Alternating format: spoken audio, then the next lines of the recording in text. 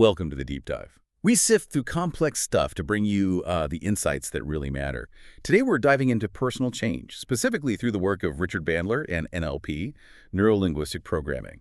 Our mission here is to figure out how you can actually take control and, well, run your own brain. Sounds big, right? It does, but it's surprisingly practical. And Bandler's reputation, it precedes him. People call him a genius in personal change, the father of NLP.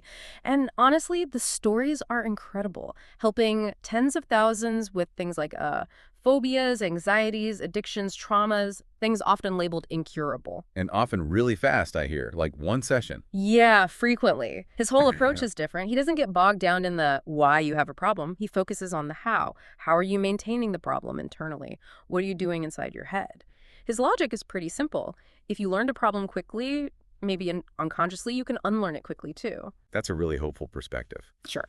So this deep dive isn't just theory then. We want to give you actionable stuff, the core ideas and techniques from Bandler that you can actually use for, emotional stuff, social success, even kicking bad habits. We're talking about literally changing how your brain is wired. Yeah. Okay, so to run your own brain, where do we even start? Maybe like a mental inventory, understanding the basic tools like the conscious and unconscious mind. Exactly. It's fundamental. You've got your conscious mind. That's the part that analyzes, thinks logically, pays attention. It's what you're using to listen right now. Okay. But then there's the unconscious. And wow, that's the powerhouse. It runs your body, heartbeat, breathing, all that automatic stuff. It stores all your memories, your wisdom, creativity, solves problems. And it runs all those automated mental habits, good and bad. Like when people say sleep on it, that's tapping into the unconscious. Precisely. You're letting that deeper part process things. And Bandler developed ways to access it more directly, not just through traditional hypnosis, things like design human engineering, DHE, or neurohypnotic repatterning, NHR. They work even without a formal trance. Trance sounds a bit out there. Yeah, but it's really not. Trance is just being absorbed in thought, like daydreaming or getting lost in a book. We all do it constantly. It's totally normal. Right, okay. So if we're always in these states of internal focus, what about the quality of those thoughts? You mentioned submodalities. Yes, this is where it gets really hands-on. Yep. Submodalities are the building blocks, the qualities of your internal representations. Think about it. You represent the world inside using internal versions of your five senses, pictures, sounds, feelings, even tastes and smells. Like internal seeing, hearing, feeling. Exactly. And each of those has qualities. For a mental picture, is it big or small? Color or black and white? Close or far away? Are you in the picture, looking out, or watching yourself in it? Associated versus dissociated. Right. And sounds. Is the internal voice loud or quiet? Whose voice is it? Where is it coming from? Feelings. Where in your body? Is it moving? Spinning? Hot or cold? That knot in the stomach feeling. Yeah. And which way does it spin? Bandler found that these qualities, the submodalities, literally determine how a thought affects you. Change the qualities, you change the feeling. So frustration or doubt isn't just a thing, it's an activity with specific qualities. It's an activity. He has this exercise, How to Feel Wonderful, where you take a good feeling and just spin it faster and faster internally and amplifies it. You have control. That implies huge potential for change. Which brings us to beliefs. How do beliefs fit into this and how can they trap us? Beliefs are basically thoughts that you have a strong sense of certainty about. They feel unquestionably true. Okay. And the tricky thing is, once you believe something, even a limiting belief like I'm not good enough, your brain automatically seeks evidence to confirm it. It filters reality. So you keep proving yourself right, Yeah. even if it hurt. Exactly. Think about something you know for sure, like the sun will come up tomorrow. How do you know that internally? What's the picture like? The voice, the feeling. Where is it located? Yeah, it feels solid, maybe close, clear. Right.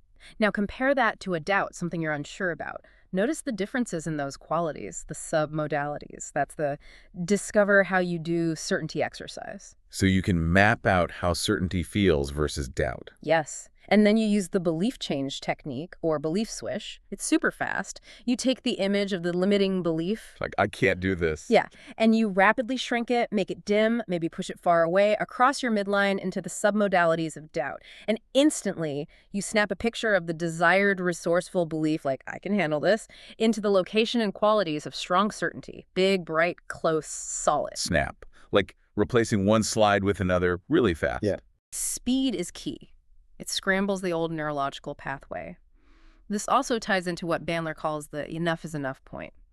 That moment you genuinely decide, I'm fed up with this, the internal decision is a huge catalyst for belief change. Okay, so we code beliefs with these qualities. Right. What about time? You mentioned timelines. How do we code time? Our brains code time spatially. We lay out past, present, and future in our mental space. It's your personal timeline. Spatially, like on a line. Usually, yeah. Two main types. Some people are in time. Future's in front, past is behind, present is right here, inside them. They tend to be very present-focused, maybe less detailed recall of the past because it's behind them. Okay. Others are through time. Past is often to the left, present in front, future to the right, like reading a book. These folks often have easier access to past memories and are good planners, often very punctual. Huh. I wonder which one I am. How do you find out? Easy. Try the Discover Your Timeline exercise. Just think about brushing your teeth this morning. Where is that memory located? Now think about brushing them yesterday, last week. Where do those memories go? Now think about brushing them tomorrow, next week. Where does your mind point? Ah, okay. I can sort of map that out. And once you know your timeline structure, you can actually change how you organize events on it, which changes how you feel about the past or the future, gives you more control. Incredible. So we've got the basics: conscious, unconscious, submodalities, beliefs, timelines. Now let's get practical. How does Bandler use these tools to help people get over past stuff? Let's start with bad suggestions. Right, those negative ideas we pick up, maybe from others, maybe we made them up ourselves, like Myra, the woman whose therapist basically gave her the belief, I have low self-esteem. So it became an internal voice. Yeah, a voice saying, I'm nothing, I'm ugly. Bandler's approach is direct. First, take control. Make the voice louder, closer. Make it worse, intentionally. Why make it worse? To prove you can control it. Then, you systematically change its submodalities. Move it far away. Turn the volume down. Change the tone. Maybe make it sound like Mickey Mouse or someone you find ridiculous and untrustworthy. Like a politician denying something? Exactly. And then move its location maybe behind your head where you can't hear it well. You're basically scrambling its power. And then you can build better suggestions. Yes, using the Building Better Suggestions exercise. You can mentally float back to a time before you picked up the bad suggestion and insert a positive, empowering one instead. You're altering your personal history's impact. Wow, literally rewriting the past's influence. Okay, what about bigger things like fears and phobias? That seems like a core area for NLP. Absolutely. And Bandler stresses it's not the spider or the height or the elevator that's the problem. It's the activity in your brain when you think about it. Right, the internal representation. Exactly. Yeah. He distinguishes phobias as the instant, overwhelming fear from anxieties, which are more gradual, building dread. For phobias, one tool is that enough is enough pattern. Again, the threshold pattern. You run like 5 memories of the phobia, making you look totally ridiculous. Big screen, loud sounds, bright colors, all run together fast. Until you just can't take it seriously anymore. Until you hit that internal point. This is absurd. Enough. The pattern breaks. A more famous one is the fast phobia cure. How does that work? You imagine watching yourself having the phobic reaction on a movie screen. That creates distance, dissociation. Then you float back into a projection booth and watch yourself watching the movie. Even more distance. Double dissociation. Right. Then you run the movie backwards really fast, maybe add silly circus music, zap, rewind it again and again, then clear your mind. The fear is often just gone or massively reduced. It scrambles the neurological sequence. Scrambles the code. Yeah. And laughter helps too. Big time. The laugh away your fears exercise. Laughter produces endorphins, changes your state, messes with the fear submodalities. You literally laugh the fear away. What about anxiety? Like public speaking nerves? Anxiety often gets worse because you focus inward on the nervous feelings, right? Your stomach churns, heart races. Yeah, you notice it, which makes it worse. Exactly. Bandler uses reversing anxiety, or NHR.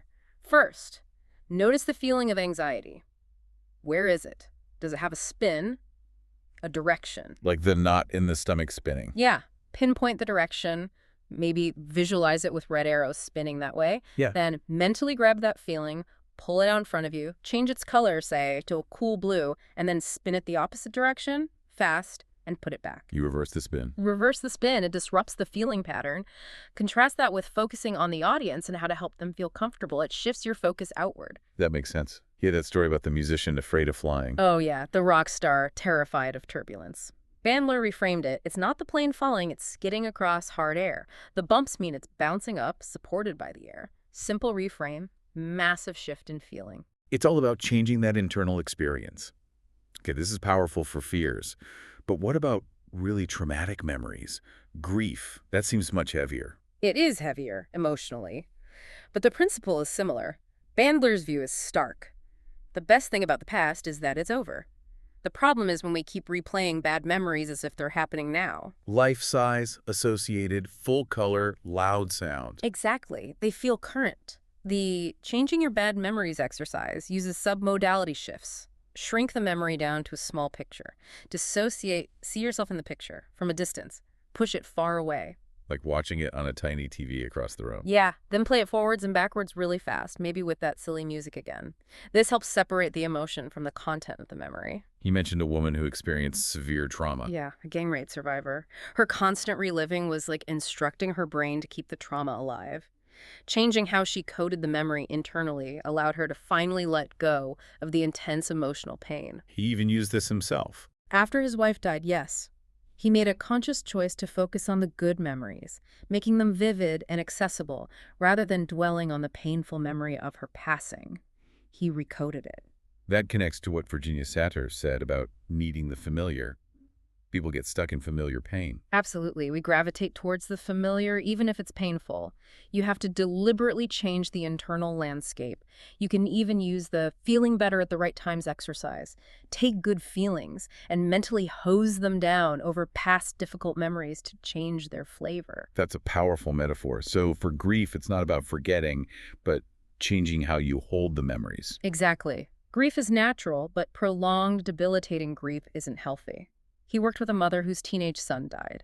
She was lost in pain. What did he do? He asked her, essentially, if she'd accept total amnesia, losing all the good memories too, just to escape the pain. She refused, fiercely. That showed the good memories were valuable. So the pain was tied to the death memory, not the person. Right. The process, then, in the getting over grieving exercise is to amplify the good memories, make them big, bright, close, associated, and simultaneously shrink, desaturate, and push the painful death memories far into the past on her timeline. Choose which ones to make vivid.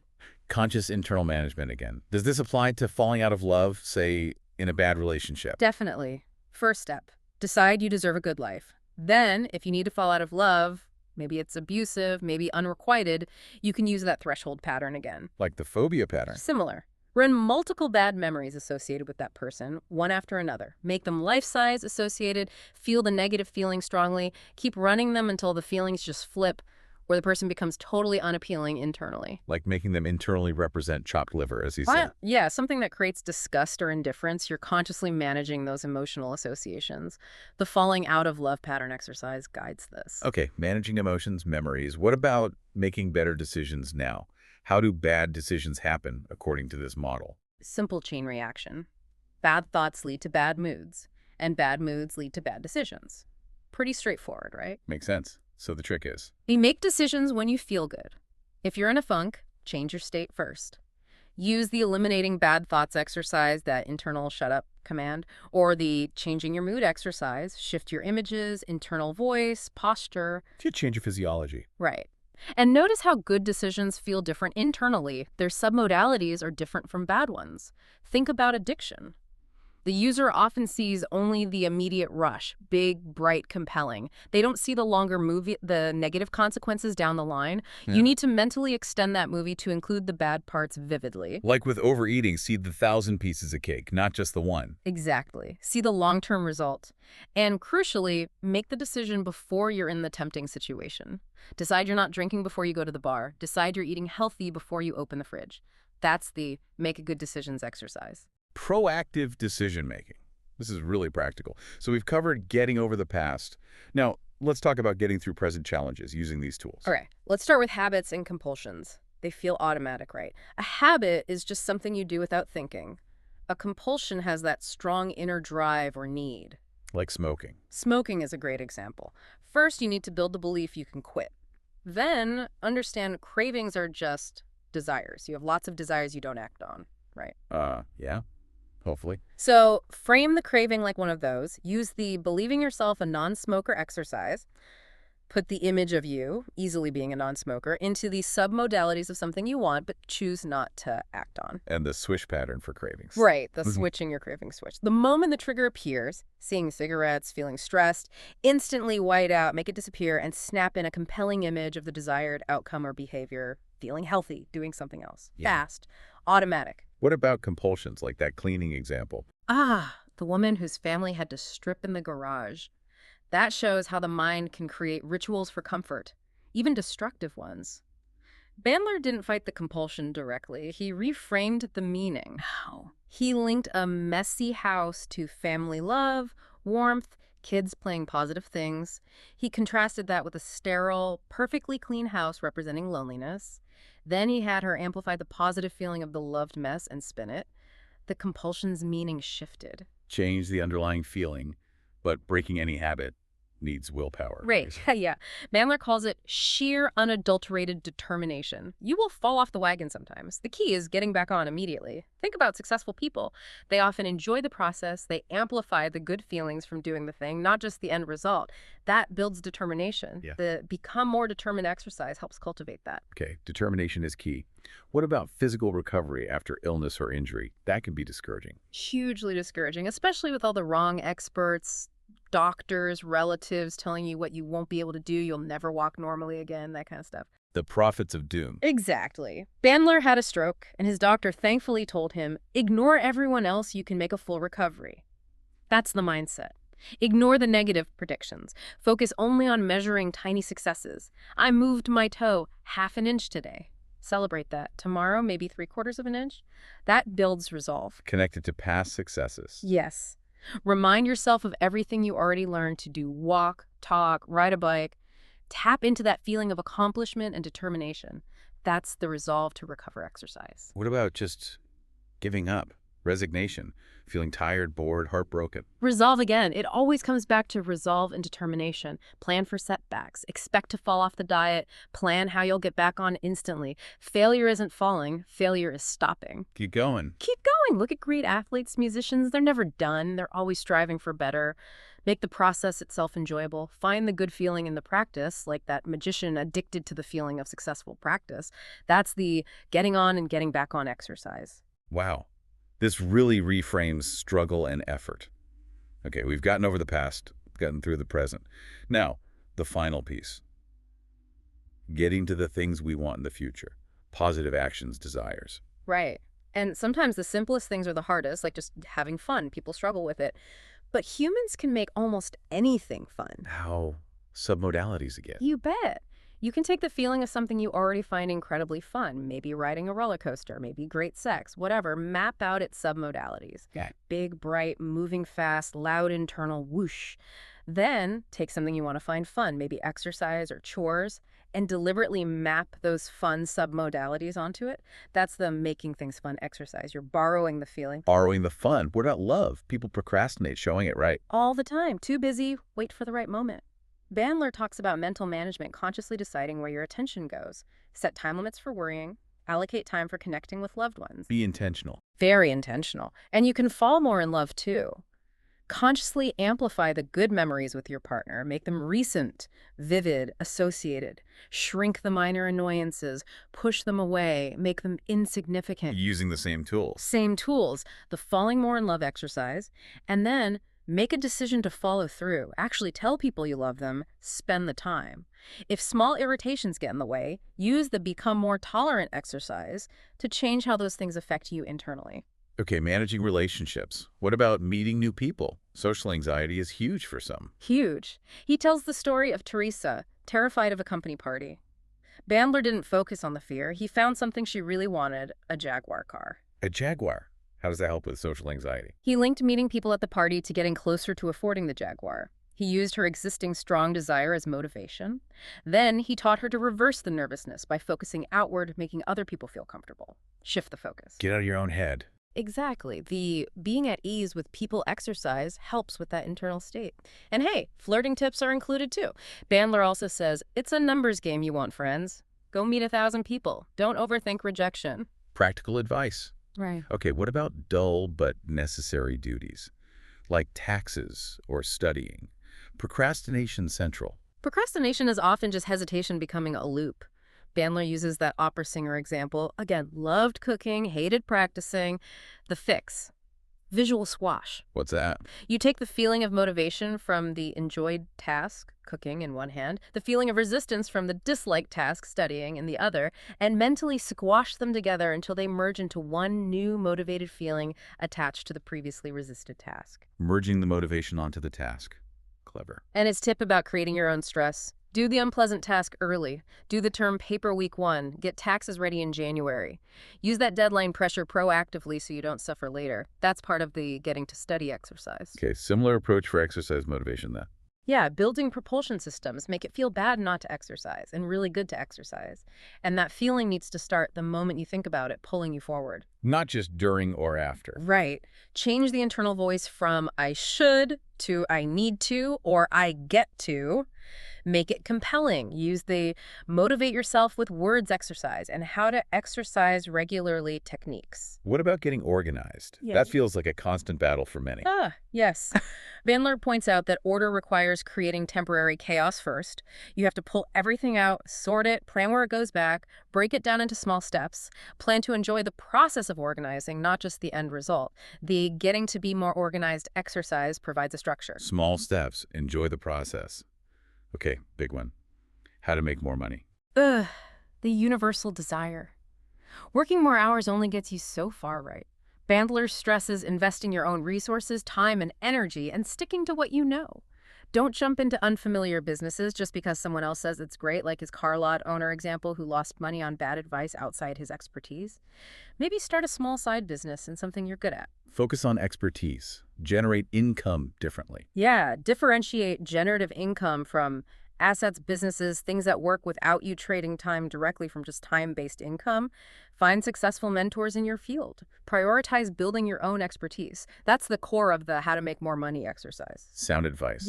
Finally, the really big decisions. What should I do with my life? How does NLP tackle that monster? By reframing it. Instead of that huge, paralyzing question Bandler asks, what do you want to do tomorrow? Happiness isn't usually in the giant, distant goal. It's in the small, enjoyable steps you take today and tomorrow. Break it down. Break it way down. And when considering options, see them as long movies, not still slides. Play out the consequences, the day-to-day reality, not just the fantasy outcome. See the whole picture. Right.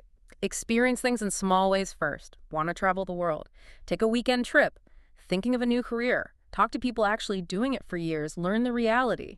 Small steps, real information that's in making life decisions, and tips for traveling. This has been an incredible journey through these NLP ideas. It really feels like lessons in managing life itself. Managing thoughts, feelings, time. It's a set of tools to make things easier inside your head, which, as you said, makes life outside easier too. Exactly right. But the crucial point is, these patterns, these tools, they only work if you use them. You can learn the phobia cure, but you have to actually get in the elevator afterwards. Test it. Use it until it's automatic. When you consciously decide how to manage your internal voices, where to place your mental pictures, what you choose to believe, you really are putting yourself in charge of your own brain. And that means you're in charge of your life. It's empowering, and it makes you think. If humanity could decide to put someone on the moon and do it in under 15 years, imagine what's possible in our own lives if we apply that same kind of focused, deliberate thinking. Maybe there's really nothing humans can't accomplish, personally, if we set our minds to it. So yeah, set big goals, because the journey itself, the things you do, the people you meet along the way, that's what makes life amazing.